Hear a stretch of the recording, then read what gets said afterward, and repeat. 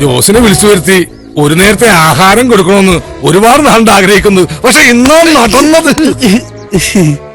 ഒരു നേരത്തെ ആഹാരം ഇവന് നീ കൊടുക്കണമെന്ന് എന്നോട് പറഞ്ഞപ്പോ ഇത്രയും പ്രതീക്ഷിച്ചില്ല. 3 പെട്ടിയുടെ കാശ് ആ പട്ടിയിരുന്ന് വെട്ടി വീങ്ങണത്. ഇതിന്റെ കാശ് ഞാൻ തരാം. തന്നില്ലെങ്കിൽ ഞാൻ കുത്തിപ്പിടിച്ച് വാങ്ങിക്കും.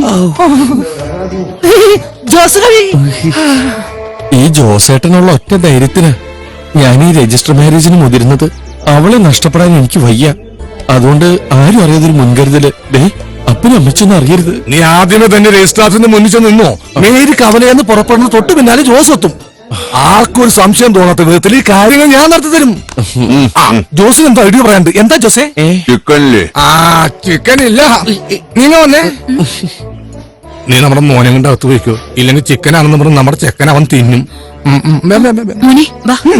2 പഴം കൂടി കുത്തിക്കേറ്റിക്കൂടെ? ഫ്രൈഡ് റൈസ് വരട്ടെ.